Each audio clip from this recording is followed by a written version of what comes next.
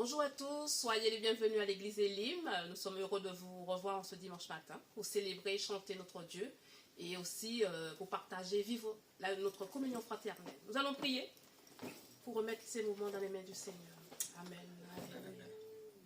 Seigneur, nous te remercions pour tant de grâce, tant de bénédictions à notre égard. Merci mon Dieu pour tes bienfaits. Merci pour l'assurance de notre salut, Seigneur. C'est vraiment une grâce, mon Dieu, de te connaître et de marcher chaque jour dans tes voies, Seigneur. Nous voulons vraiment te donner notre reconnaissance, notre amour. La louange, l'honneur t'est dû, Seigneur, parce que tu es vivant et tu es vrai. Sois glorifié, béni dans le nom précieux de Jésus. Amen. Amen. Amen. Soyez bénis et nous allons chanter avec notre frère Chanu et louer notre Seigneur.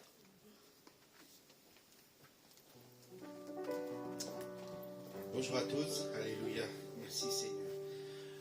On va tous se le lever, s'il vous plaît. Alléluia.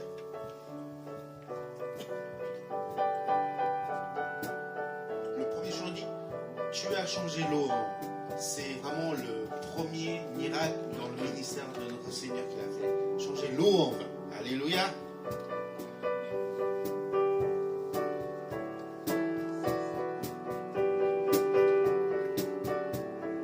Tu as changé l'eau en vin.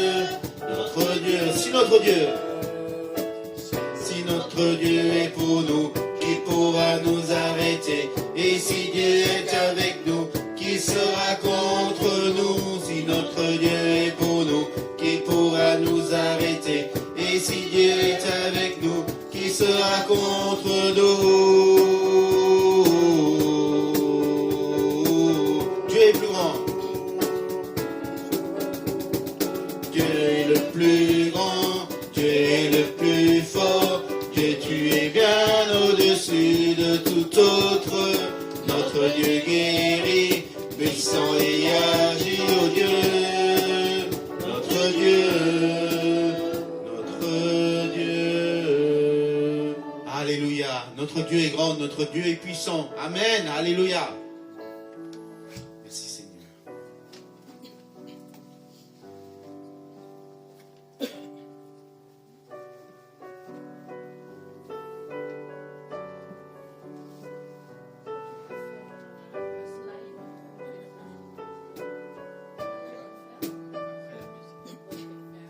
Grâce infinie qui envahit mon cœur, toi mon appui, qui me donne la paix et qui bannit mes peurs.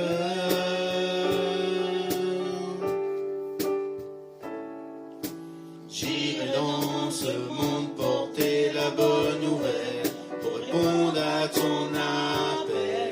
Je vais répondre à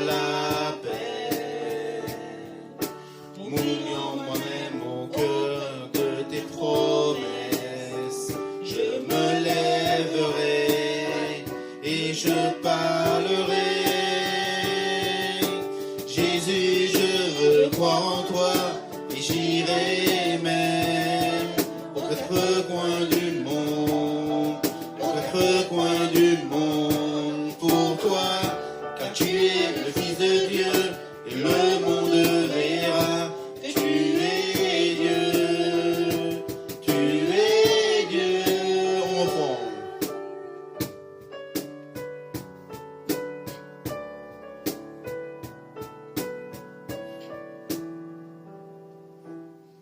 Grâce infinie qui envahit mon cœur,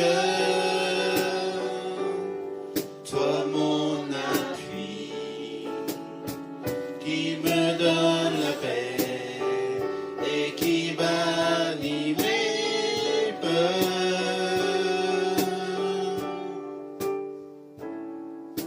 J'irai dans ce monde porter la bonne nouvelle, pour répondre à ton appel, je vais répondre à l'appel. M'oubliant moi-même au cœur de tes promesses, je me lèverai et je parlerai. Jésus, je veux croire en toi et j'irai même aux quatre coins du monde, aux quatre coins du monde, pour toi, car tu es le Fils de Dieu, et le monde verra que tu es Dieu. Tu es Dieu, Jésus. Jésus, je veux croire en toi, et j'irai même aux quatre coins du monde, aux quatre coins du monde, pour toi, car tu es le Fils de Dieu, et le monde verra que tu es Dieu. Tu es Dieu. Merci Seigneur. Tu es notre Dieu. Tu es notre Sauveur. Seigneur, vraiment Seigneur, nous te déposons tous nos fardeaux au pied de la croix, Seigneur. Ah Seigneur, que tu puisses nous relever encore, Seigneur. Nous étions faibles, Seigneur, en toi nous sommes forts. Nous étions blessés, en toi nous avons la guérison. Ah, vraiment, Seigneur, nous te déposons tout, Seigneur. Merci encore pour tous tes bienfaits. Tu me donnes la paix, Seigneur. Et vraiment, Seigneur, que tu puisses encore nous sonder, Seigneur, pour chacun de nos besoins. Merci pour tous tes bienfaits. Merci pour cette grâce que nous ne méritons pas, mais que tu nous as donnée en abondance, Seigneur, parce que tu nous aimes d'un amour éternel. Merci, mon roi, mon Dieu, parce que tu nous as tout donné. Alléluia. Alléluia. Relevez le faible.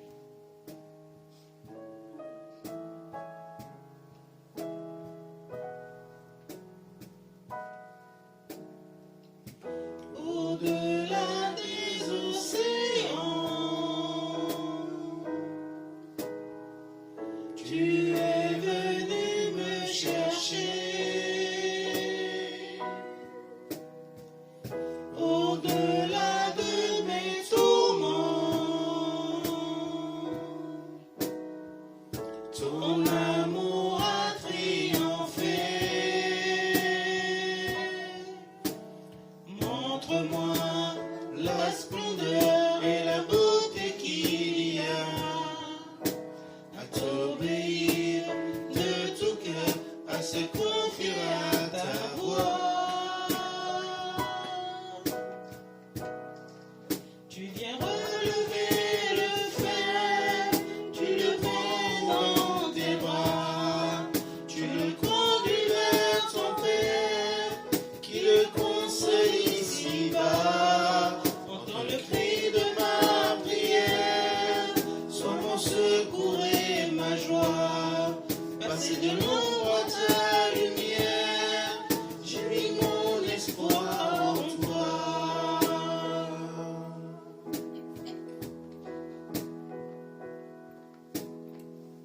Puisque ma vie passera, en toi je veux demeurer. Puisque tu triompheras, mon cœur en toi veut s'ancrer. montre-moi la splendeur et la beauté qu'il y a. À t'obéir de tout cœur, à se confier à ta voix. Tu as relevé le fer, tu le prends dans tes bras, tu le conduis vers ton Père, qui le concède ici-bas. Entends le cri de ma prière, sois mon secours et ma joie. Passer de l'ombre à ta lumière, j'ai mis mon espoir en toi.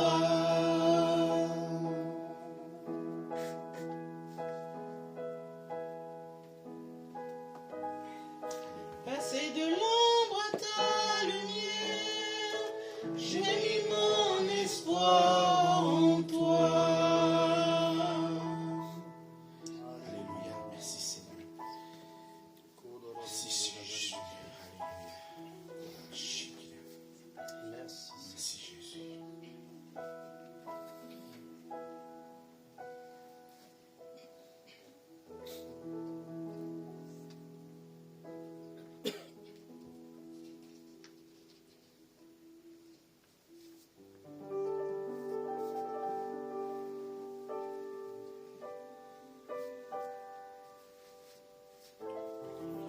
Alléluia, Seigneur.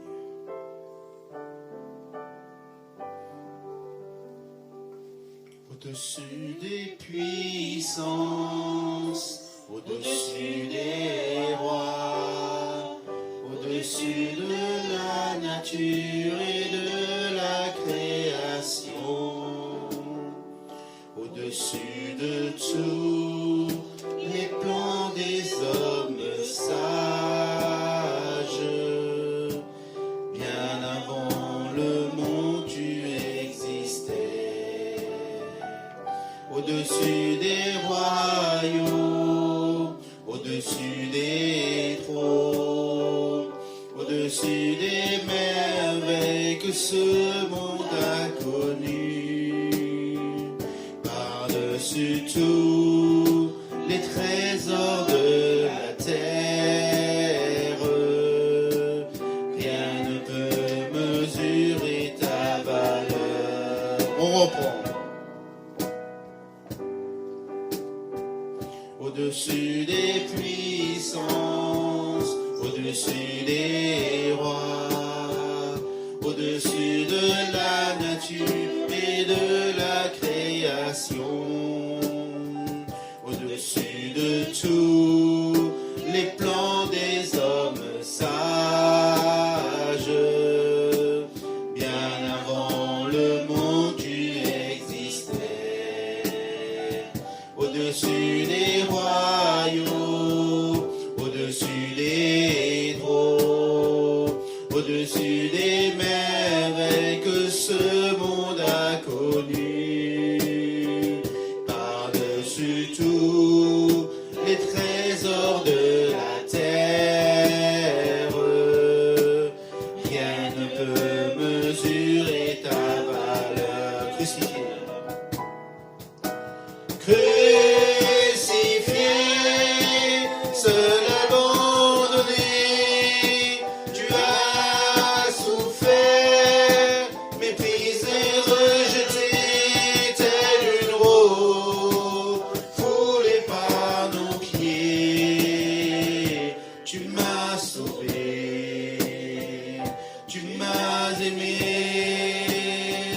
par-dessus tout.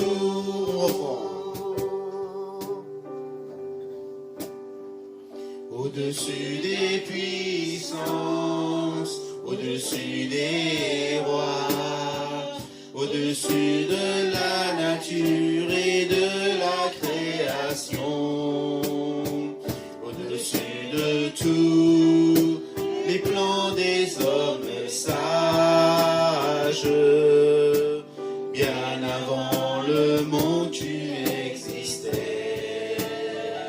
Au-dessus des royaumes, au-dessus des trônes, au-dessus des merveilles que ce monde a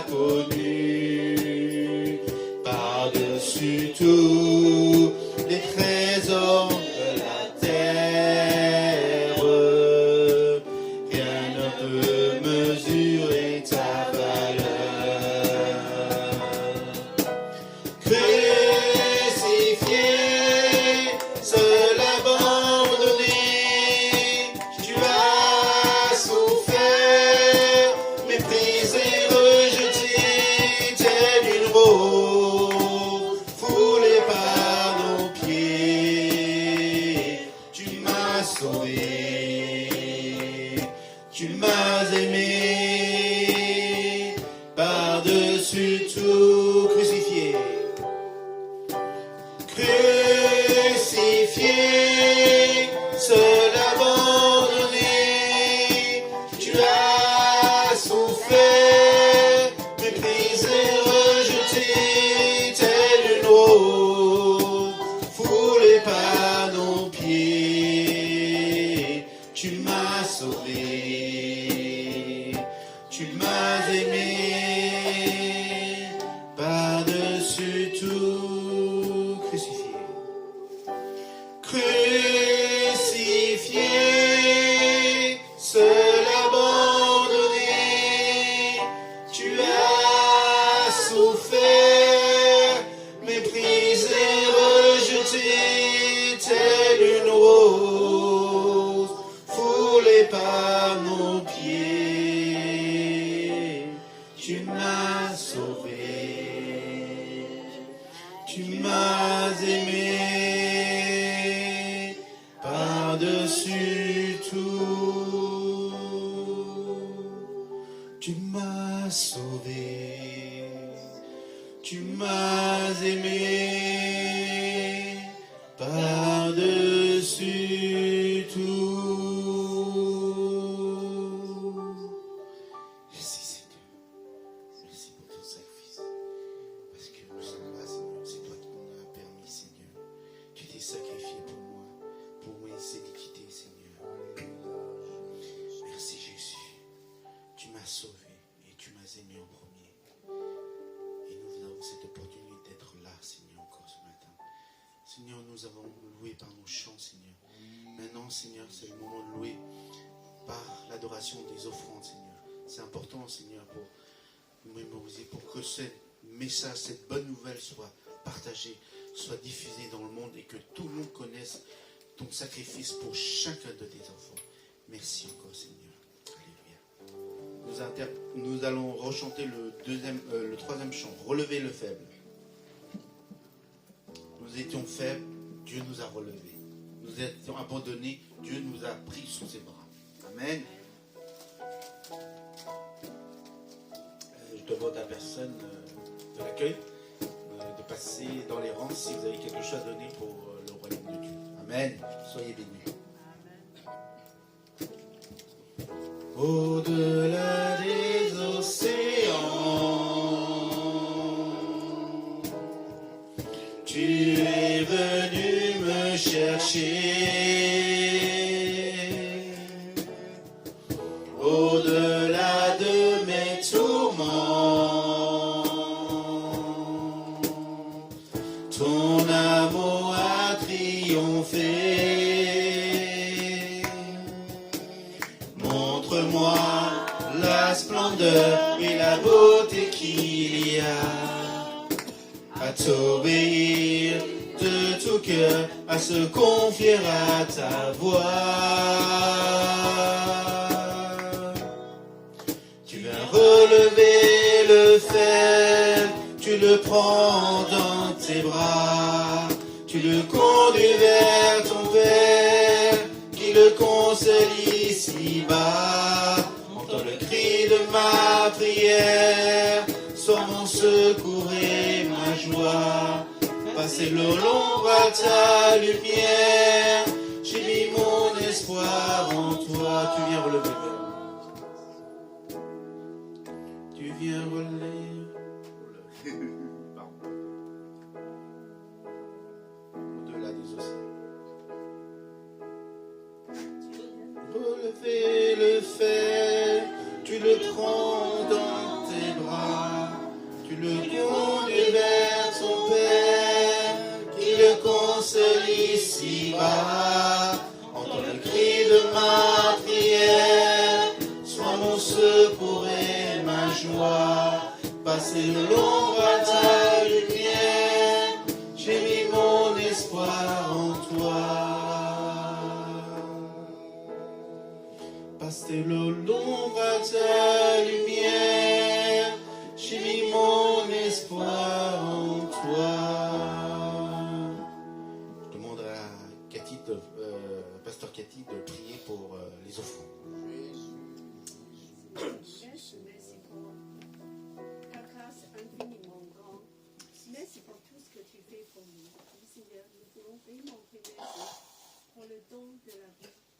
Seigneur Jésus, pour la résurrection et encore pour le Saint-Esprit qui est répandu, Seigneur, dans le Pentecôte, pour que l'Église puisse avoir la puissance d'accomplir toutes les choses que tu confies à nous.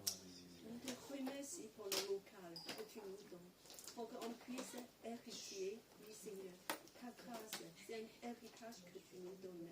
Nous voulons dire, Seigneur, montre-nous tes projets et aide-nous, oui Seigneur, vraiment d'avancer, oh Seigneur, avec nos moyens. Bénis tous ceux qui, oui Seigneur, qui donnent de l'argent, de l'énergie, de temps, de prière. Oui Seigneur, pour que ta volonté soit faite. Oui Seigneur, nous t'adorons. Oui Seigneur, nous te louons. Amen. Amen.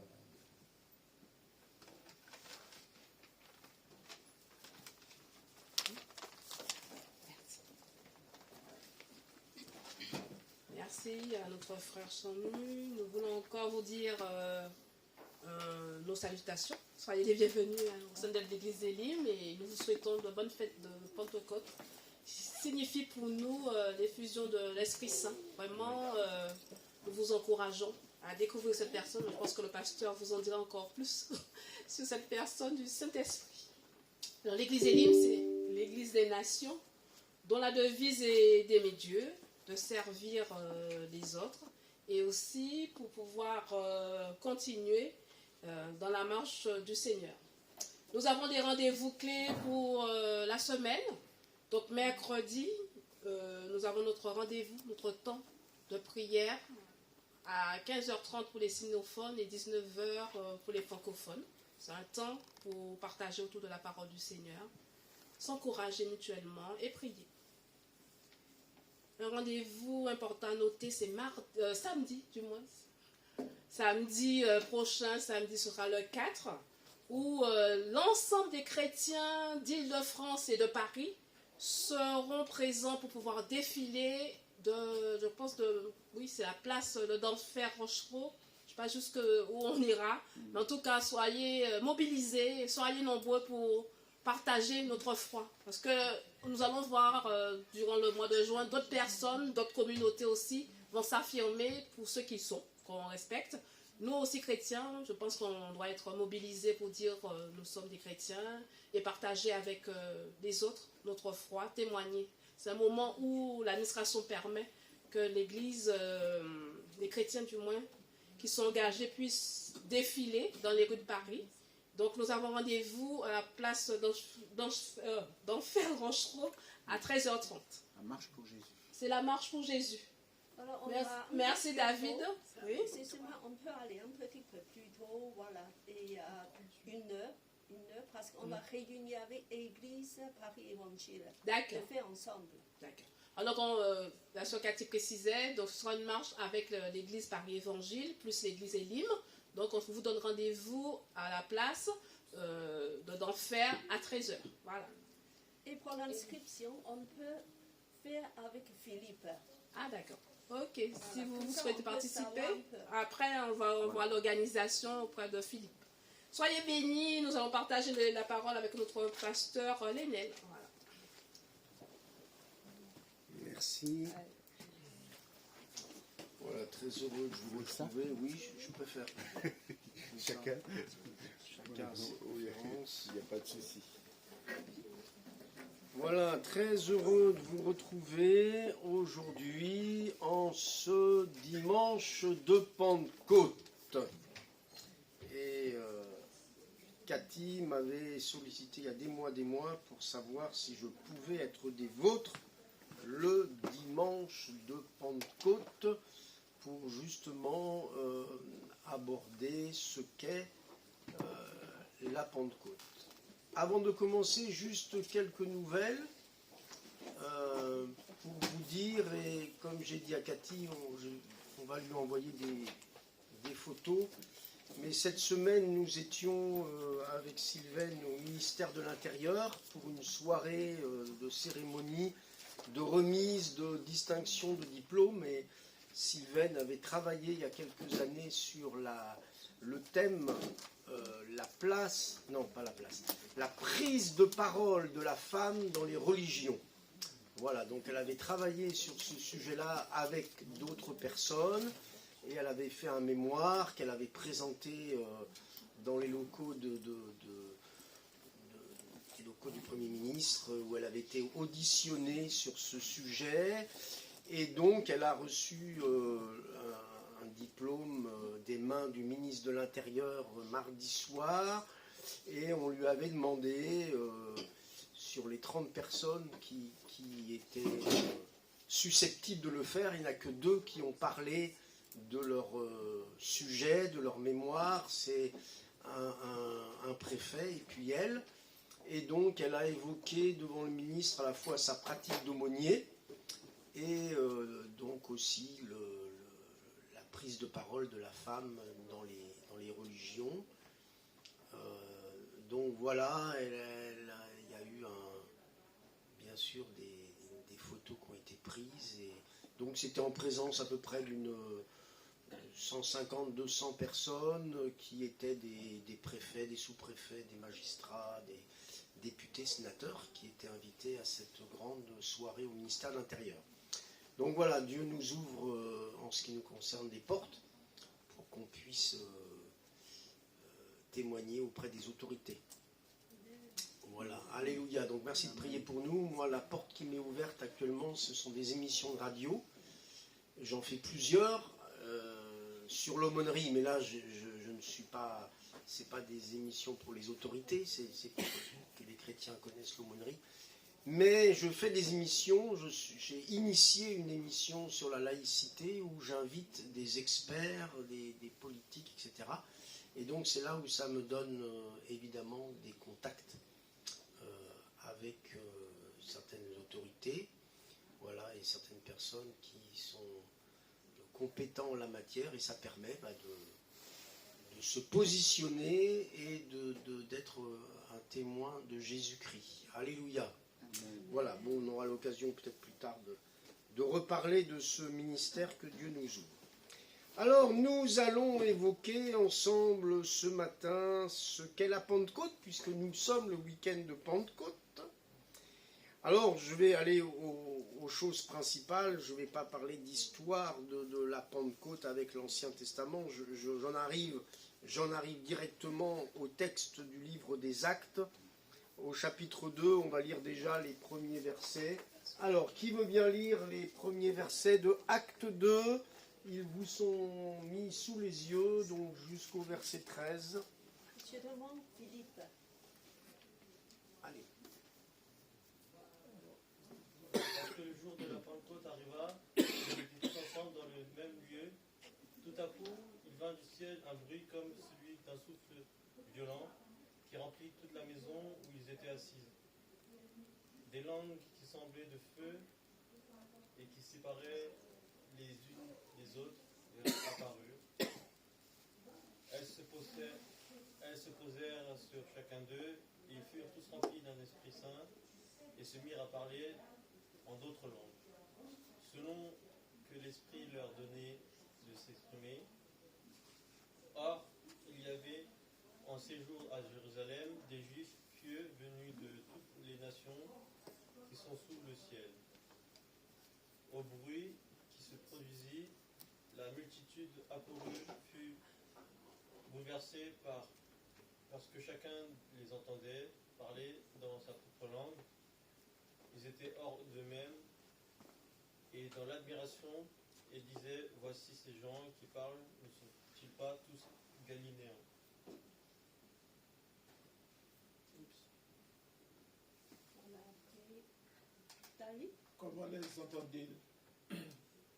Comment les entendons-nous chacun dans notre propre langue maternelle?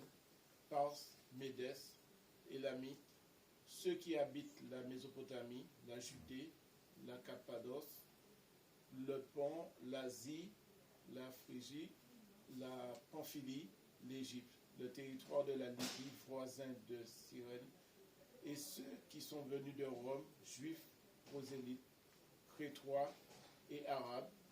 Nous les entendons parler dans notre langue des merveilles de Dieu. Tous étaient hors d'eux-mêmes et perplexes et se disaient les uns aux autres: que veut dire ceci? mais d'autres se moquaient et disaient, ils sont pleins de vin doux.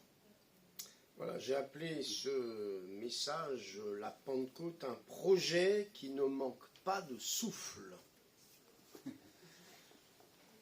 Et en sous-titre, une œuvre de Dieu qui fait grand bruit, pour ceux qui connaissent les textes. Alors il y a un véritable miracle, et on verra tout à l'heure que c'est ce qu'avait annoncé le prophète Joël. Ce qui se passe le jour de la Pentecôte, c'était prophétisé, annoncé avant.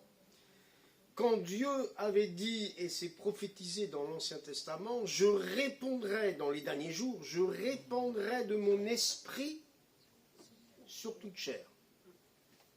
Alors on peut se dire, mais ça se manifeste comment ça? Vos fils et vos filles prophétiseront, vos jeunes gens auront des visions, vos vieillards auront des songes, sur mes serviteurs, mes servantes, dans ces jours-là, je répandrai de mon esprit. Le Saint-Esprit est donc descendu et il a rempli des hommes. On parle de baptême, alors souvent on dit baptême du Saint-Esprit, baptême dans le Saint-Esprit, peu importe l'expression qu'on emploie.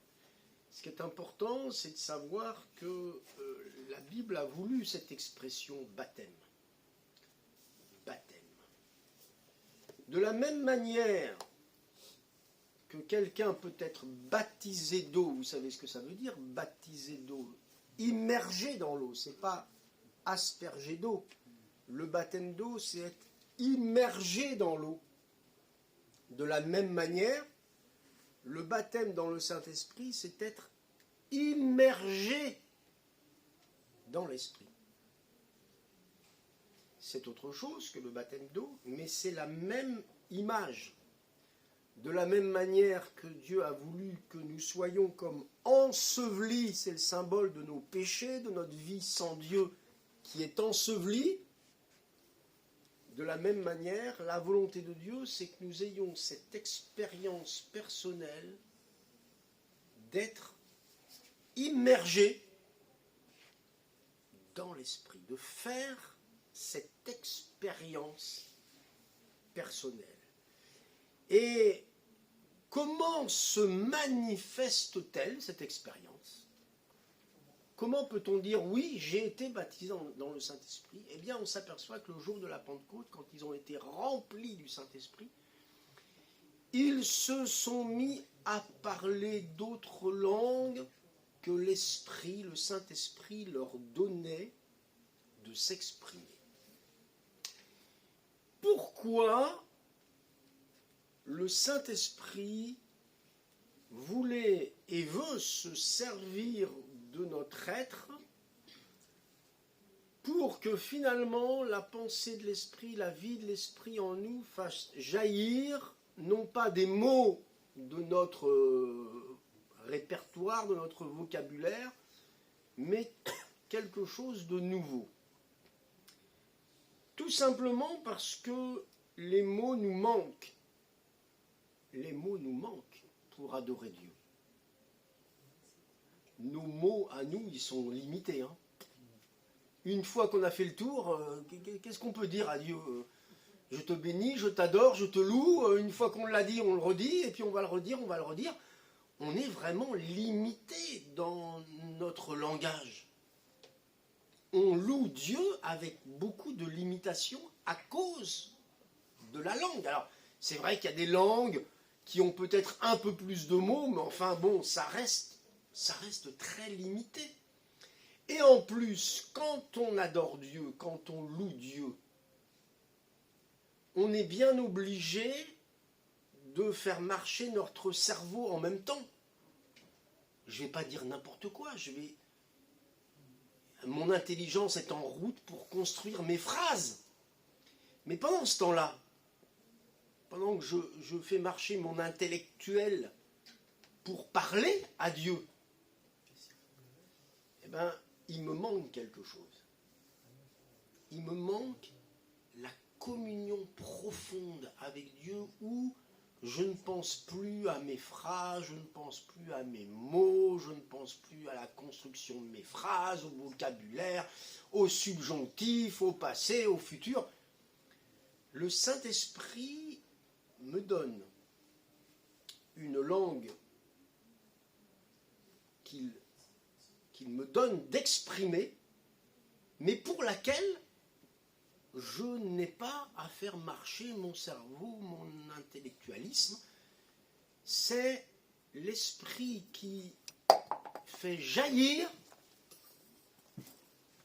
des mots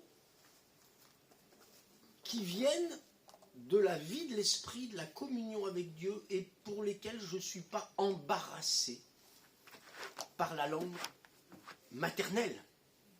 Je ne suis pas embarrassé par ma langue. Dieu me donne ce parler en langue pour le louer, pour l'adorer. On va y revenir bien sûr, mais c'est pour vous faire comprendre déjà pourquoi Dieu a voulu cela.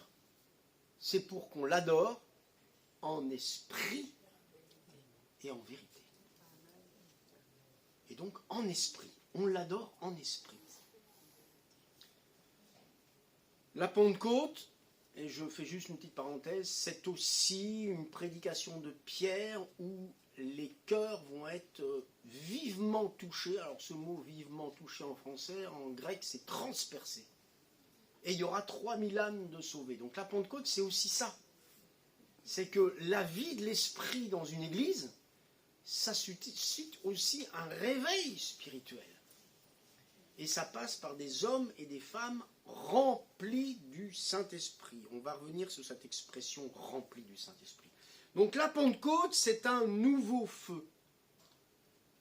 Le feu de l'Esprit va à la fois consumer ce qui n'est pas bon en moi, ce qui est péché, ce qui ne correspond pas à la volonté de Dieu. En même temps, ça le consume.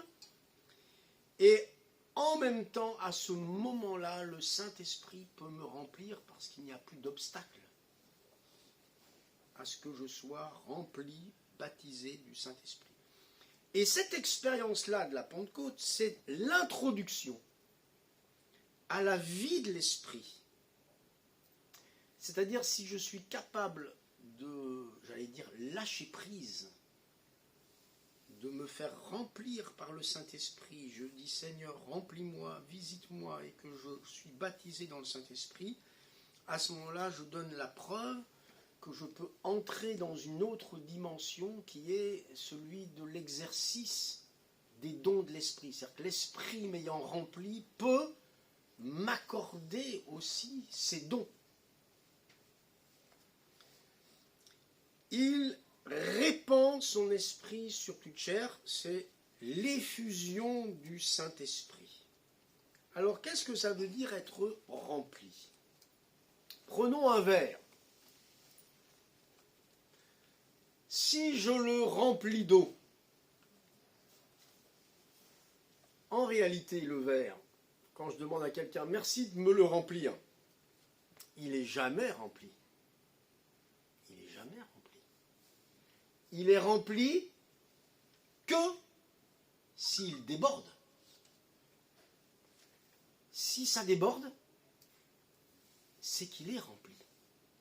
S'il ne déborde pas, c'est qu'il n'est pas tout à fait rempli. Et c'est ça aussi, l'effusion du Saint-Esprit. Et le parler en langue, c'est ce qui déborde.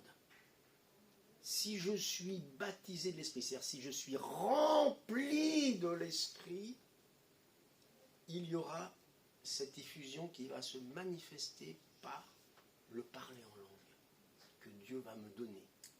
Parce que je suis tellement rempli, mais alors tellement rempli de lui à un moment donné, qu'il va y avoir ce débordement manifesté par le parler en langue. C'est donc une dimension nouvelle, la Pentecôte. C'est une dimension nouvelle et on le découvre bien dans Acte 2, que c'est vraiment quelque chose de nouveau mais annoncé par le prophète Joël. Je répandrai de mon esprit sur toute chair. Alors, juste un mot peut-être, et je reviendrai après. Ce que Dieu nous donne, se parler en langue, il est pour l'exercice privé de notre culte personnel.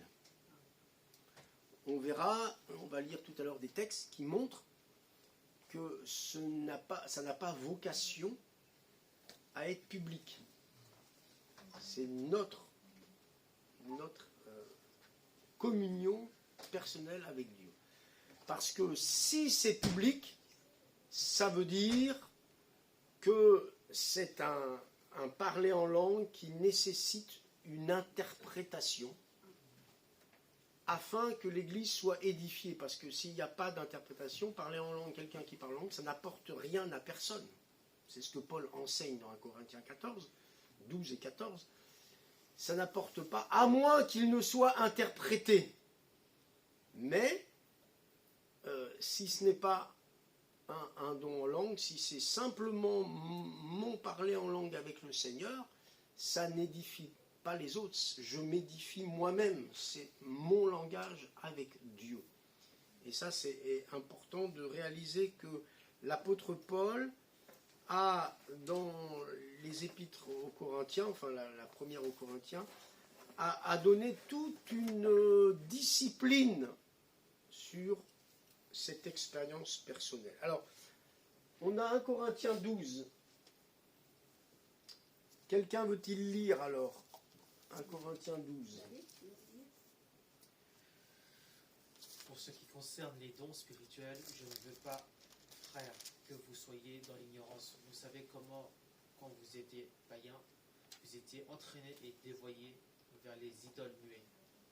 C'est pourquoi je vous le déclare, nul s'y parle par l'Esprit de Dieu ne dit Jésus est anathème, et nul ne peut dire Jésus est le Seigneur si ce n'est pas le Saint-Esprit. Il y a diversité de dons, mais le même d'esprit. Diversité de services, mais le même Seigneur. Diversité d'opérations, mais le même Dieu qui opère tout en nous. Contre tous. Merci. Et Nicolas? Or, à chacun la manifestation de l'esprit est donnée pour utilité, entre parenthèses communes. En effet, à l'un est donné par l'esprit une parole de sagesse, à un autre une parole de connaissance selon le même esprit, à un autre la foi par le même esprit, à un autre des dons de guérison par le même esprit, à un autre des dons d'opérer des miracles, à un autre la prophétie, à un autre le discernement des esprits, à un autre diverses sortes de langues, à un autre l'interprétation des langues. Un seul et même esprit opère toutes ces choses et distribuant à chacun en particulier comme il veut. Merci. Donc on voit qu'il y a différents dons, des dons d'inspiration, des dons de révélation et des dons de puissance. Donc on peut les compter, ils sont au nombre de 9. Donc certains sont plus des dons que Dieu nous donne, qu'il nous inspire. D'autres sont des dons de révélation, où Dieu nous donne une révélation, n'est-ce pas, parole de sagesse, parole de connaissance, la foi, donc ça c'est quelque chose révélé. Et puis il y a la prophétie, le don des langues et l'interprétation des langues, des dons d'inspiration, puis il y a les dons de puissance, que sont le don de guérison, le don d'opérer des miracles. Voilà, alors ils ne sont pas forcément dans l'ordre, mais voilà, il y en a 9. Et donc, il y a dans 1 Corinthiens 14 un texte qu'on va lire aussi, comme ça après je reviens. Alors, oui, on va lire 1 Corinthiens 14, puis on revient sur ça pour terminer. Oui. Alors, quelqu'un veut-il lire Recherchez l'amour, aspirez aussi au don spirituel, mais surtout à celui de prophétie. En effet, celui qui parle en langue ne parle pas aux hommes, mais à Dieu, car personne ne le comprend, et c'est un esprit qui dit des mystères. Celui qui prophétise, au contraire, parle aux hommes, les édifie, les exhorte, les console. Celui qui parle en langue s'édifie lui-même. Celui qui prophétise édifie l'Église. Je veux que vous parliez tous en langue, mais je veux encore plus que vous prophétisiez. Celui qui prophétise est plus grand que celui qui parle en langue, à moins que ce dernier n'interprète, pour que l'Église en reçoive édification. Et maintenant, frères, de quelle utilité vous serais-je si je venais à vous en parlant en langue, au lieu de vous apporter une parole de révélation, de connaissance, de prophétie ou d'enseignement? Merci, donc on va garder ça. On garde juste pour vous montrer comme c'est clair dans la Bible, celui qui parle en langue ne parle pas aux hommes, mais à Dieu. Vous voyez? On ne peut pas parler à quelqu'un, à l'église, comme ça, en langue, c'est personnel. Celui qui prophétise, au contraire, parle aux hommes, les édifie, donc une prophétie, c'est dans notre langue, à nous. Voilà. Donc, il dit bien, je veux que vous parliez tous en langue, mais le plus important, c'est de parler aux autres avec la langue française, sinon il ne comprendra rien. Et il va préciser plus loin dans ce chapitre, il rend grâce à Dieu de ce qu'il parle en langue plus que les autres, mais il n'est d'aucune utilité parce que c'est pour lui-même. C'est le baptême dans le Saint-Esprit, c'est sa relation personnelle avec Dieu. Et il le dit bien, mais je ne serais pas utile si je venais à vous en parlant en langue, au lieu de vous parler de révélation, de connaissance, de prophétie. Ce qui prouve que le parler en langue, c'est vraiment quelque chose qui nous édifie personnellement. Je n'édifie personne, je m'édifie moi-même. Par contre, la prophétie, qui est un des dons que veut nous donner le Saint-Esprit, et il y a cette recommandation, aspirer aux dons spirituels, surtout à celui de prophétie, parce que c'est l'entrée, c'est la porte d'entrée à l'exercice des dons de l'Esprit. On commence par là. Hein, le préalable, c'est le baptême dans le Saint-Esprit, puis ensuite, la porte, c'est la prophétie, apprendre à prophétiser de la part de Dieu, et puis ensuite, il y a tous les autres dons, mais d'abord, la prophétie, c'est-à-dire parler aux autres de la part de Dieu, avoir la pensée de Dieu pour l'Église, avoir la pensée de Dieu pour les autres. Donc ça, pour vivre ça, il faut bien sûr au préalable vivre le baptême dans le Saint-Esprit, le parler en langue. Donc, on l'a lu ensemble, je peux reprendre juste d'autres versets. On a lu le verset 6 ici, on n'a pas le temps de mettre tout le chapitre 14, mais par exemple, Paul dira « Tu rends, il est vrai, d'excellentes actions de grâce, mais l'autre n'est pas édifié. » Voilà, tu rends grâce à Dieu avec cette nouvelle langue que Dieu t'a donnée, mais en réalité, c'est pour toi. Et puis un autre verset où il dit « Si dans une assemblée de l'Église entière, tous parlent en langue, et qu'il survienne des hommes du peuple ou des non-croyants, ne diront-ils pas que vous êtes fous ?» Voilà, donc c'est important dans l'Église. Moi j'étais pasteur pendant plus de 25 ans. Combien de fois j'ai dû discipliner, réglementer, enseigner, expliquer. Voilà. Comment on doit vivre la Pentecôte, comment on doit vivre le baptême dans le Saint-Esprit, parce que quelquefois on est dans des églises où beaucoup parlent en langue, mais ça n'a aucun intérêt. Et s'il y a un parler en langue publique, c'est qu'il doit y avoir une interprétation pour que l'église soit édifiée. Vous comprenez ce que je veux dire? Voilà. Alors, quand on est baptisé dans le Saint-Esprit, on reçoit un parler en langue qui est généralement une langue inconnue.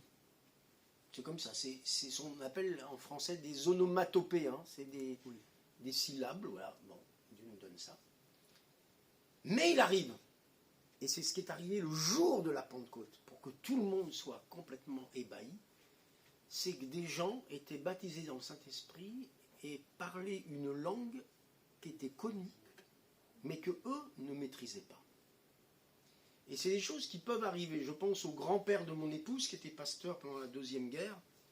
Un jour, il se retrouve dans une réunion pastorale, et lui n'a jamais, ni comme vous, ni comme moi, enfin je pense, il y a peut-être ici, mais il n'avait jamais appris l'hébreu, il ne connaissait pas l'hébreu, voilà.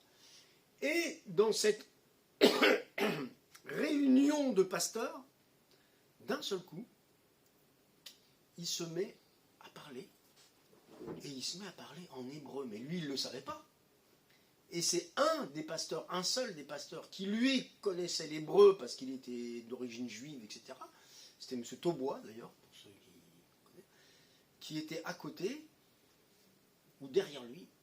Il disait, c'est incroyable, je ne savais pas qu'il parlait. Et il louait Dieu en hébreu, en hébreu, alors qu'il ne connaissait pas cette langue. Et ensuite, ça a été authentifié par l'autre pasteur qui a non pas interprété, mais traduit, tout simplement. Traduit. Alors ça, c'est exceptionnel. Hein. Ça nous arrivera peut-être une fois ou deux fois dans notre vie d'assister à un tel prodige. À un tel prodige. Mais en règle générale, et donc c'est arrivé le jour de la Pentecôte, hein, vous avez lu tout à l'heure avec moi, ne les entendons-nous pas dire des merveilles de Dieu dans notre langue maternelle, quoi. Donc le jour de la Pentecôte, là, ça a été une chose incroyable, c'est que des gens étaient baptisés dans le Saint-Esprit et parlaient une langue qui existait. Enfin, ça, c'était vraiment incroyable le jour de la Pentecôte, mais c'était le début pour démontrer après que c'est possible. Mais en tout cas, en règle générale, bien sûr, ce ne sont que des syllabes, mais c'est pas ça l'important. L'important, c'est qu'on est rempli de l'Esprit et qu'on loue le Seigneur en esprit, et on ne cherche pas nos mots. Le Saint-Esprit lui-même nous inspire et nous conduit.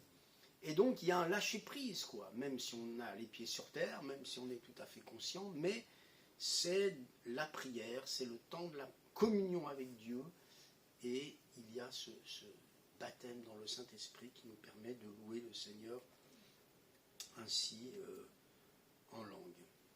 On ne fabrique rien. C'est Paul aux Thessaloniciens qui dira « Ne méprisez pas la prophétie ».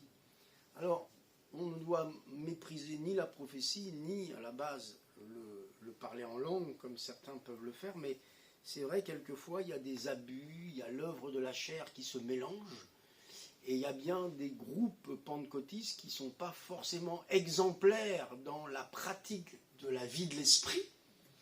Et il y a des gens qui vont être choqués, des gens qui vont dire mais ils sont fous, mais c'est pas sérieux, etc., etc. Donc c'est à cause des abus, c'est à cause d'un manque de clairvoyance et de discipline. Pourtant Paul, dans 1 Corinthiens 12 et 14, il discipline ça, parce qu'il sait que ça peut partir dans tous les sens, donc il discipline. Et comme il y a des mauvais exemples dans ce domaine-là, c'est pas parce qu'il y a des exemples qu'il faut tout mettre... voilà. C'est pas parce que, voilà, on va pas jeter l'eau du bain avec le bébé. Voilà, c'est ce que je cherchais. Hein. On va pas jeter l'eau du bain avec le bébé, quand même. On jette l'eau du bain, mais le bébé, on le garde. Donc, ce n'est pas parce que vous avez pu entendre ou connaître quelqu'un qui prophétisait, et puis la personne, vous ne l'appréciez pas, ou il y a des choses qui ne vont pas bien, que pour autant, il faut renier la prophétie ou renier le baptême dans le Saint-Esprit. Donc ça, c'est important de se dire, moi je veux croire ce qui est écrit. Maintenant, s'il y en a qui le vivent mal, et c'est pareil pour le chrétien, il y a peut-être un chrétien qui se comporte mal, et à cause de ça, on ne va quand même pas remettre toute la Bible en question sous prétexte qu'on connaît un chrétien qui mène une vie chrétienne qui n'est pas... Voilà. Et bien pour le baptême dans le Saint-Esprit, c'est pareil. C'est pas parce que il y a eu il y a des gens exubérants ou qui parlent en langue. Moi, j'en ai connu quelquefois et c'est quelquefois gênant parce que dans le culte même, dans le culte ensemble, je veux dire, ils n'avaient pas compris que l'expression du parler en langue qu'ils donnaient à l'église, c'était leur parler en langue personnelle. Donc ça, c'est pour eux. Voilà. Et que ce n'était pas un don en langue, mais c'était simplement leur parler personnel en langue. Alors, ce qu'il faut réaliser, c'est que nous sommes appelés à donc exercer les dons spirituels. Et souvent, les dons spirituels se manifestent dans l'Église par la prophétie. Alors bien sûr, il y a d'autres dons, hein, on les a lus. Alléluia pour celui qui a reçu le don des miracles, le don de guérison, etc.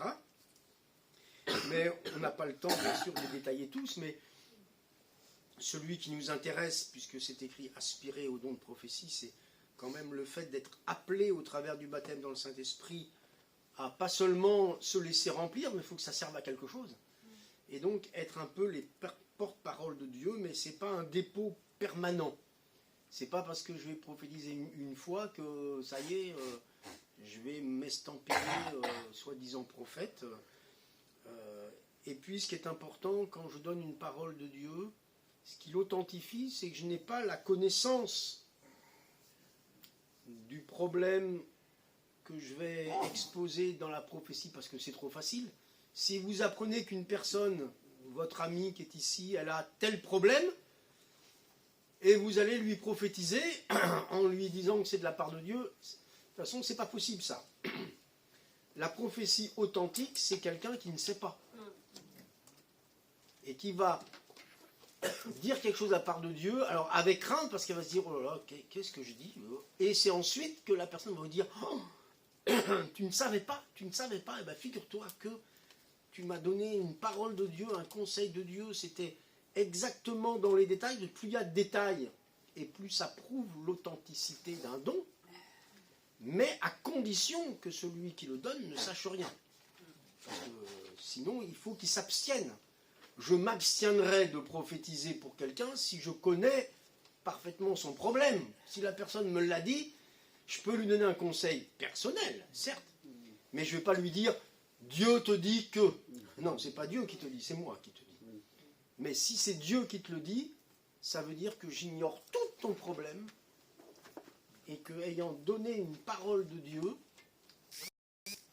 et on le voit par exemple dans la prédication.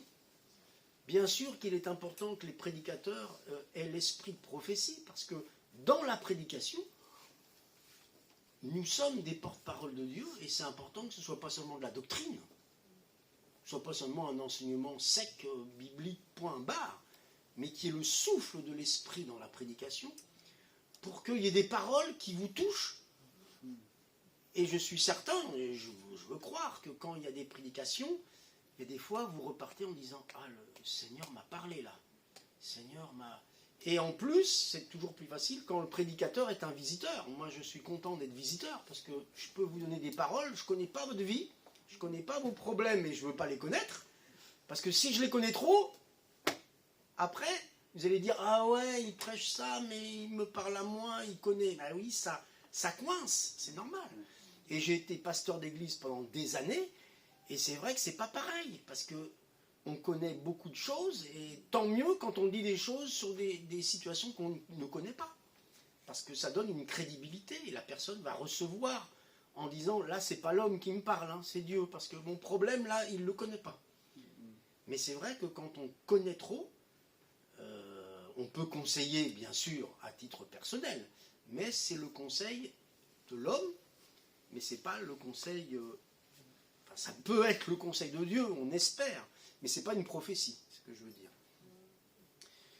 Et puis, la prophétie doit être éprouvée, dit la Bible. L'esprit du prophète est soumis au prophète. Qu'est-ce que ça veut dire? Ça veut dire que c'est pas pour être en catimini, cacher une prophétie, c'est qu'on l'expose et on est prêt, parce qu'on s'expose, on est prêt à ce que les autres qui prophétisent puissent aussi juger.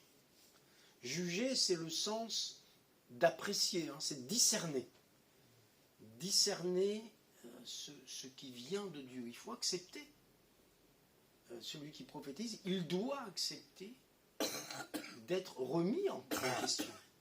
C'est pas facile, parce que dès lors qu'on prophétise, on peut se donner une aura, et puis quelqu'un va dire ensuite, où le pasteur ou un des responsables dira oui mais la prophétie, alors ça peut être humiliant, ça peut être difficile à vivre, mais c'est important. Paul le dit, l'esprit du prophète est soumis au prophète. Il faut accepter la soumission les uns les autres, et puis ça nous rend humbles, parce que c'est pas parce que je vais prophétiser que ça y est, je n'ai plus rien à apprendre de personne, je suis inspiré jusqu'à la fin de mes jours. Non, c'est pas un dépôt permanent, c'est une fois, et ensuite j'ai besoin d'être rempli à nouveau du Saint-Esprit le lendemain ou la semaine suivante. Et puis, comprenons que quand Dieu parle par la prophétie, il parle au présent, aux personnes qui sont présentes. Il ne parle pas à ceux qui ne sont pas là. Parce que quelquefois, vous pouvez entendre une prophétie et dire « Oh, dommage que la sœur Intel n'était pas là. Hein. Oh là là, le Seigneur lui aurait parlé, hein, ça lui aurait fait du bien. » Ben oui, mais le Seigneur, il ne sait pas que la personne, elle n'est pas là. Ou il le sait. Alors, s'il sait que la personne n'est pas là, ça veut dire qu'il s'adresse à ceux qui sont là. Hein, c'est important de dire que ce n'est pas pour ceux qui sont dehors. Si les paroles de Dieu, elles sont pour vous qui êtes présents. Et puis, c'est important que ce ne soit pas une parole prophétique, par exemple, dans le cadre d'une réunion comme celle-ci, d'un culte comme celle-ci, que ce ne soit pas lié à la prédication. Je m'explique. J'ai souvent entendu, après mes prédications dans les églises de Pentecôte, où il y a des prophéties, etc., je prêche, et ensuite, prophéties qui reprennent exactement ce que j'ai dit. J'ai pas besoin de ça, moi. Et l'Église a-t-elle besoin d'une confirmation? C'est pas une prophétie, ça. On peut prier en disant merci Seigneur pour la prédication qui disait ceci, cela. Mais dire Dieu te dit et rappeler ou corriger la prédication en ajoutant des choses à la... Non. Par contre, ce qui est inspiré, c'est quand, avant la prédication, quelqu'un va prophétiser exactement sur le texte ou le thème alors qu'il ne le sait pas. S'il le sait, le thème, non, ça, c'est plus une prophétie. Parce qu'il faut bien comprendre que dire des mystères de Dieu, ça se dit par révélation. Donc, c'est pas une révélation. Si on connaît le thème biblique qui va être abordé, je ne vais pas prophétiser. Je m'interdis même. Je m'interdis puisque je connais. Mais quelqu'un, et c'est arrivé, occasionnellement, hein, je l'avoue, mais c'est arrivé où, avant la prédication, quelqu'un va donner une parole de Dieu sur le thème sans le savoir. Et quand je dis prophétie, quelquefois, c'est dans la prière. On ne se rend pas compte, quelquefois. Mais quand on va prier, on ne se rend pas compte qu'il y a l'esprit de prophétie dans notre prière. Et ainsi, par exemple, quelqu'un peut prier avant la prédication, même si c'est, je le dis, occasionnel, mais il peut prier et, sans connaître le thème, parler exactement de ce qui va être dit dans quelques instants, sans le savoir. Vous voyez, c'est ça. Il faut accepter que ce qui vient du Saint-Esprit, c'est vraiment, ça doit être démontré, prouvé que ça ne vient pas de l'homme, que ça ne vient pas de nous. Et notre connaissance des choses, ça, c'est plus une prophétie. Il faut que je m'écarte, je ne vais pas dire Dieu te dit que, si en réalité ce sont mes propres pensées. Alors on revient sur le Romains 12, l'analogie. Romains 12, quelqu'un veut-il lire Romains 12, 6? Romains 12, 6. Mais nous avons des dons différents selon la grâce qui nous a été accordée. Si c'est la prophétie, que ce soit en accord avec la foi. Voilà. Ou moi, ma traduction, que celui qui a le don de prophétie l'exerce selon l'analogie de la foi. Ça veut dire que une prophétie ne sera jamais contraire à la doctrine de la foi ou à la doctrine de la parole de Dieu. Vous voyez ce que je veux dire? La Bible nous enseigne des choses, la prophétie ne va pas dire le contraire. Vous comprenez ce que je veux dire? Je vais vous donner un exemple tout bête. On sait bien que la Bible nous enseigne que nous n'avons pas à prier les saints, la Vierge Marie, etc. Bon. imaginez quelqu'un qui prophétise et qui dise priez la Vierge Marie, mon peuple. Qu'est-ce qui se passe là? Il y a un problème. Pourquoi? Parce que ce n'est pas selon l'analogie de la foi. L'analogie. Et vous avez lu là, identique, je ne me souviens plus. Romains 12, vous avez lu? Je ne me souviens plus. Qui a lu là, Romains 12? C'était écrit quoi? Parce que, En accord avec la foi. en accord, voilà. En accord. Moi j'ai pris selon l'analogie, mais c'est plus clair. En accord. Hein. Donc vous comprenez bien que quelqu'un qui va vous dire, moi je suis vraiment prophète, j'ai des paroles de Dieu, puis qui raconte des choses qui ne sont pas conformes à ce que la Bible dit, c'est pas possible ça. Pas possible. Selon l'analogie de la foi. Hein. Ce qui atteste, c'est aussi que ce soit conforme, qu'une parole de Dieu, eh ben, elle soit conforme à l'enseignement de la Bible.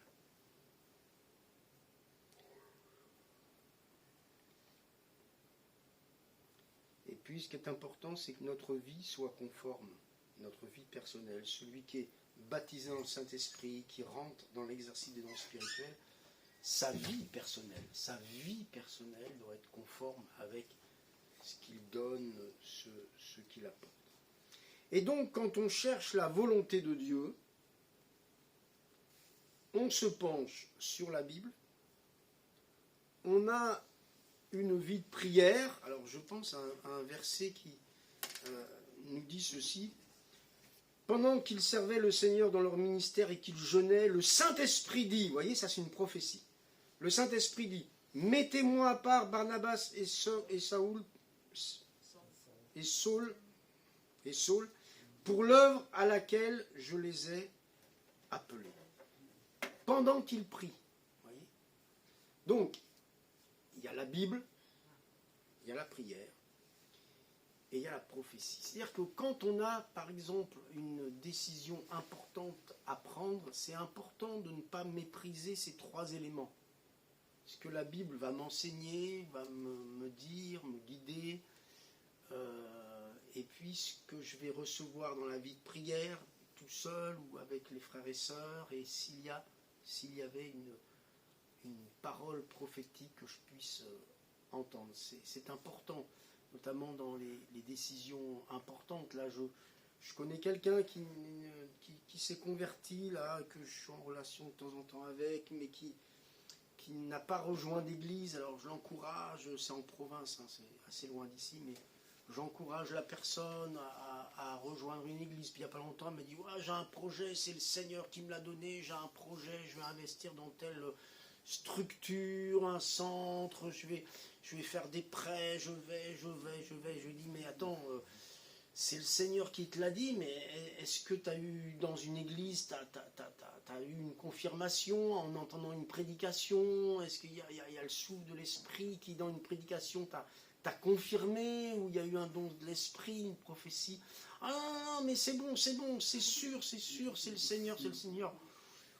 Je dis, mais une décision pareille, un choix pareil, ça ne peut pas se faire comme ça, quoi. Faut demander conseil. Les frères et sœurs sont là aussi pour nous conseiller. Il y a le souffle de Dieu au travers des conseils des frères et sœurs. On peut se dire, moi je veux demander à personne. On est tellement convaincus, mais on ne veut surtout pas quelqu'un. Et puis des fois ensuite on se casse la figure et puis on se dit, mince, j'aurais dû m'entourer de conseillers, de gens qui... Et par contre, si on donne nos plans, puis que tout le monde autour dise « Ah, ça c'est bien, alléluia, on sent que c'est la pensée de Dieu », c'est pas pareil. C'est pas pareil. Donc il faut accepter qu'il y ait des paroles de Dieu, des paroles prophétiques dans l'attitude des frères et sœurs, qui vont présenter des feux verts ou des feux rouges. Mais le feu rouge, il est aussi spirituel que le feu vert.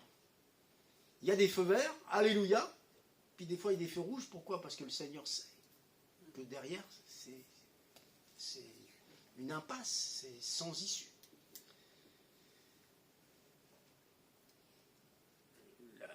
La motivation, c'est l'édification.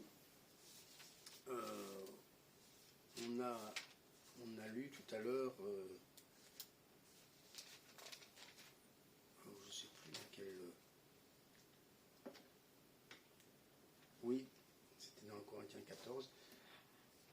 afin que l'Église en reçoive de l'édification. Et c'est ça le but. Le but, c'est édifier, c'est-à-dire construire. Je construis l'autre, j'édifie l'autre, je fais du bien, je construis l'Église par l'exercice des dons de l'Esprit. La Bible dit « Soyez remplis de l'Esprit ». Donc vous avez compris ce que ça veut dire, il faut que ça déborde, que je fasse cette expérience personnelle du baptême dans le Saint-Esprit, d'être immergé dans l'Esprit afin qu'il déborde par cette expérience personnelle du parler en langue. Alléluia. On va donc arrêter là. Je ne sais pas si on coupe. Voilà, pour savoir s'il y a des questions avant de prier. On va avoir un moment de prière maintenant. Mais avant de prier, y a-t-il des questions sur ce thème parce que c'est vrai que ça peut être un peu compliqué pour certains qui n'ont pas entendu parler jusqu'à aujourd'hui de la Pentecôte. Mais vous voyez, c'est biblique, c'est écrit. Relisez chez vous Acte 2, 1 Corinthiens 12, 1 Corinthiens 14, et vous allez remettre tout ça en liaison avec ce que vous avez entendu aujourd'hui. Mais si vous avez des questions, puis Cathy sera à votre disposition, bien sûr. Elle est toujours à votre disposition 24 heures sur 24 pour répondre à vos questions. Oui.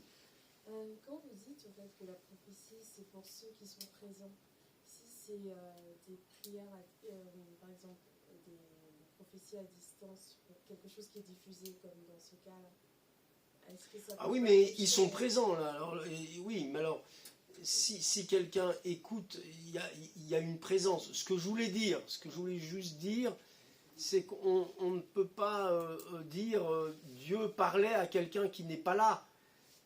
Mais à partir du moment où la personne soit est présente en direct, soit va entendre, Dieu veut parler, donc il parlera.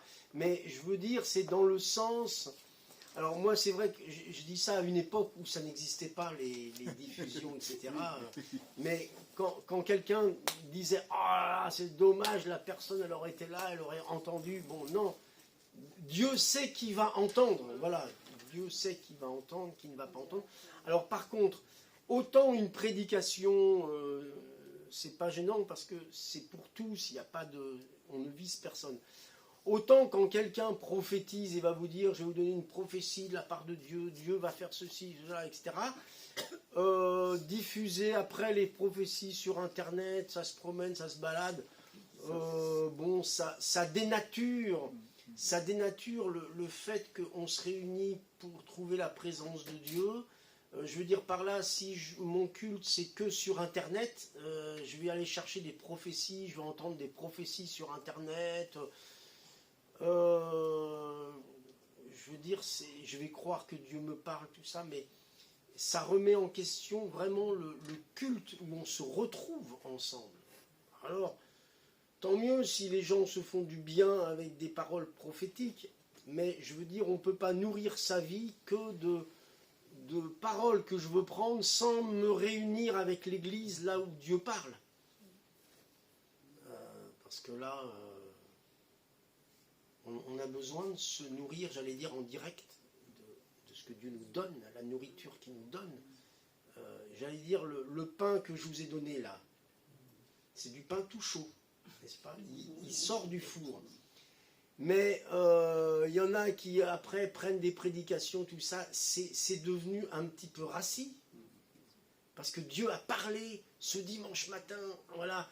Puis dans 6 mois, quelqu'un va récupérer la prophétie, la prédication, tout ça, mais c'est plus la parole que Dieu nous adresse au moment présent. Vous voyez, alors je ne dis pas qu'on peut s'en servir, tout ça, mais c'est pas la parole toute fraîche du Seigneur, présente pour maintenant, pour l'instant même. Voilà. Oui, vous avez une question ? Est-ce qu'on peut préciser davantage quand on dit la prophétie est soumise au prophète?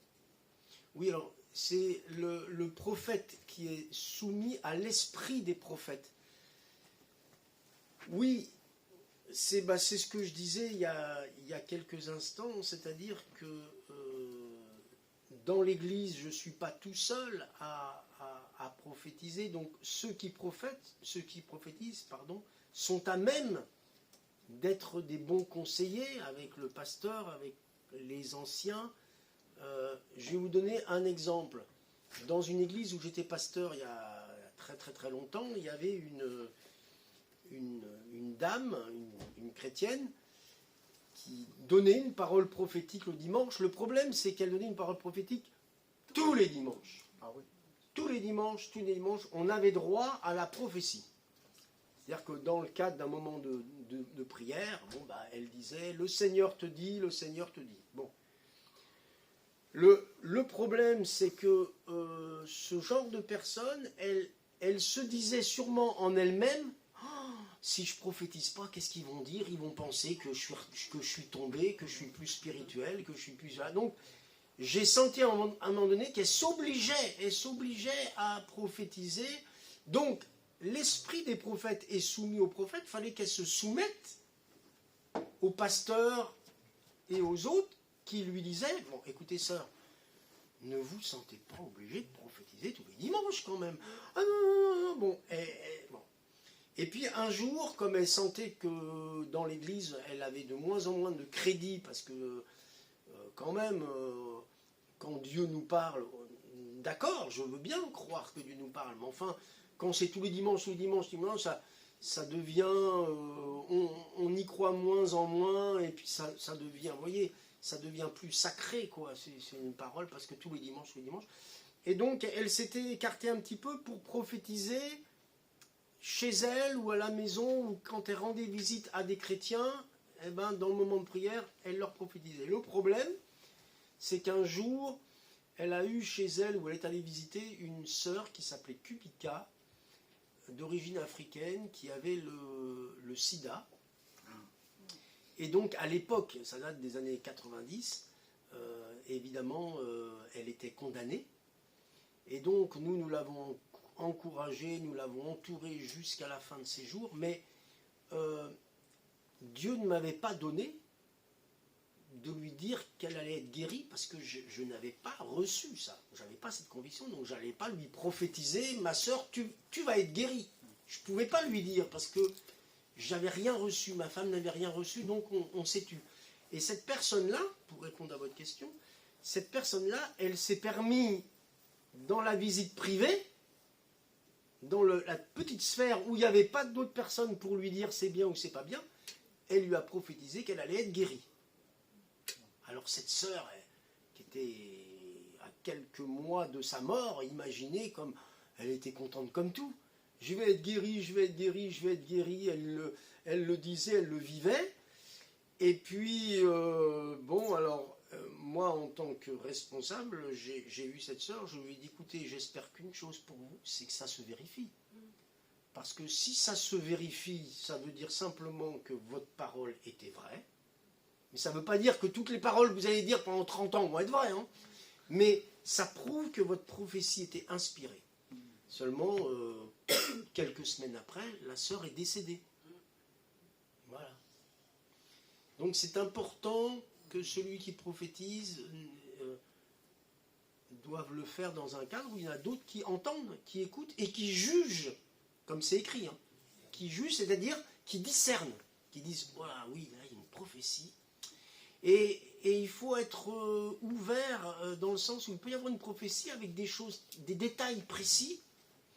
Et là, on peut se dire, oh là là, mais d'où ça vient ça? Puis ensuite, quand ça se réalise vraiment que les détails étaient inspirés, ah, on dit merci Seigneur. Donc, il faut respecter. Mais alors, si on a une crainte par rapport à une prophétie, il faut accepter que celui qui prophétise accepte que la prophétie a quelque chose. Voilà, donc il faut se soumettre les uns les autres dans ce domaine-là, dans le domaine de la prophétie. Voilà, annoncer que quelqu'un va être guéri, c'est bien beau, mais j'espère qu'une chose pour vous, c'est que ça se réalise, parce qu'on ne prophétise pas les guérisons comme ça, à tir de bras, comme ça, tu vas être guéri, et puis il y en a qui sont guéris. Ah bah, évidemment, il y en a bien un ou deux qui va être guéri, ça c'est ok, Mais que faire des 8 autres qui ont entendu ces paroles-là et qui ne l'ont pas été? Donc on ne peut pas se permettre, je veux dire, on ne peut pas dire Dieu a dit si ce n'est pas Dieu qui l'a dit. On n'a pas le droit. Et le problème avec la vie de l'esprit, c'est qu'on peut devenir léger. Vous voyez, on peut devenir léger. Hein. Dieu dit, mais attendez, c'est sérieux. Hein. C'est sérieux. Moi, je ne me permettrai pas de... Voilà. Alors, si je prophétise, alors moi j'ai la chance d'être prédicateur, donc je laisse le Saint-Esprit aussi au travers de la prédication. Voilà. Mais quand on n'est pas prédicateur, bon, ben, on doit prendre une place quelque part pour... Mais il faut vraiment être rempli de l'esprit. On ne peut pas dire à quelqu'un, Dieu m'a dit pour toi ceci, cela. Un jour, il y a une jeune fille qui vient me voir en larmes et elle me dit, ben, telle sœur m'a dit que mon mari, ce serait un tel. J'ai dit, ah bon? Ah oui, elle m'a dit, voilà, ça va être lui. Je lui ai dit, et pourquoi vous pleurez? Pas parce que je veux pas, moi, je l'aime pas ce gars-là, je veux pas. J'ai dit, ma soeur, c'est une jeune soeur, j'ai dit, maman, t'inquiète pas, Dieu ne forcera jamais quelqu'un. Non, ne t'inquiète pas, je peux vous dire que la sœur, l'autre sœur, elle a pris un savon, hein. Parce que c'est incroyable, vous voyez, l'esprit des prophètes soumis aux prophètes, c'est-à-dire que moi, elle fallait qu'elle me demande. Elle aurait dû venir me voir ou voir quelques anciens et dire, voilà, j'ai cette pensée, et qu'est-ce que je lui aurais dit, moi, si elle m'avait dit, oh, j'ai la pensée que telle sœur, il faut qu'elle se marie. J'aurais dit, bah écoutez, c'est votre pensée, je prends note, dites rien, et si ça se vérifie, si ces jeunes viennent me voir un jour pour me dire, on veut se marier, je pourrais leur dire, quelqu'un l'a su avant, donc ça confirme. Vous voyez? Il y a des choses, on ne les dit pas. On reçoit la pensée de Dieu, on le dit qu'à une seule personne, pour que la personne elle sache que c'est vrai ce qu'on lui dit. Parce que s'il est tout seul, c'est trop facile de dire après, je le savais. Ah bon? Mais si vous le dites à Cathy, en catimini, j'allais dire, hein, vous voyez Cathy, vous dites, moi j'ai la pensée, vous gardez ça entre vous, vous ne le dites pas. Et puis que ça se réalise, après vous êtes forte. Parce que Cathy, elle peut dire, elle a eu la pensée, on savait tous les deux, mais bah, on ne savait pas si ça venait de Dieu ou pas. Mais la sœur, elle avait reçu dans son cœur que vous deviez vous marier ensemble. Ah bon? Mais c'est incroyable ça, oui, elle l'a reçu, et voilà. Donc vous voyez, c'est comme ça qu'elle aurait dû faire, c'est-à-dire se soumettre aux autres prophètes, et on aurait gardé le secret, et on aurait attendu. Mais là, la pauvre jeune fille, elle était effondrée, parce qu'en elle-même, elle se dit, ah bon, elle m'a dit ça, donc pour me soumettre, il faut vraiment que je me marie. Et on ne va pas baser une vie sur une prophétie, quand même. On ne peut pas. La prophétie, elle confirme. Elle confirme. Oui. Donc, c'est-à-dire, parce que moi, j'avais compris au départ, quand on disait la prophétie soumise au prophète, je pensais surtout au prophète lui-même. C'est-à-dire, des fois, on peut recevoir une prophétie, mais on sent que ce n'est pas le moment où que les gens ne sont pas capables, en mesure d'accepter la pensée qu'on a reçue. Oui, mais ce n'est pas écrit, la prophétie est soumise. C'est l'esprit du prophète est soumis au prophète. Donc, c'est vrai dans le sens où le prophète doit être soumis. Mais évidemment que la prophétie... elle est vécue par celui qui la donne, donc après il apprécie si c'est le moment, si c'est pas le moment, si effectivement, mais c'est pas l'interprétation de ce verset, mais après évidemment celui qui reçoit, ben, quelquefois il sait pas trop s'il faut qu'il l'exprime, s'il l'exprime pas, s'il le garde pour lui, voilà, on peut avoir la pensée du Seigneur, mais la pensée du Seigneur pour les autres, c'est facile, mais il faut faire attention, hein, parce qu'on ne va pas conduire une vie en disant il faut que tu fasses ceci, il faut que tu fasses cela. Le Seigneur te dit attendez, faut une confirmation, hein. Faut pas simplement une parole d'homme, parce que faut que ce soit confirmé. Voilà. Mais en tout cas, ce qui nous intéresse aujourd'hui particulièrement, c'est donc déjà l'introduction qui est le baptême dans le Saint-Esprit. Donc on va prier pour ceux et celles, on va couper la lumière. Et puis pour vous qui avez besoin, on va prier pour vous afin que vous soyez remplis du Saint-Esprit. Et comme le Seigneur, il est souverain, ça peut se faire aujourd'hui, ça peut se faire cette nuit, ça peut se faire demain, ça peut se faire dans une semaine. On ne connaît pas le jour ou l'heure où votre cœur pourra être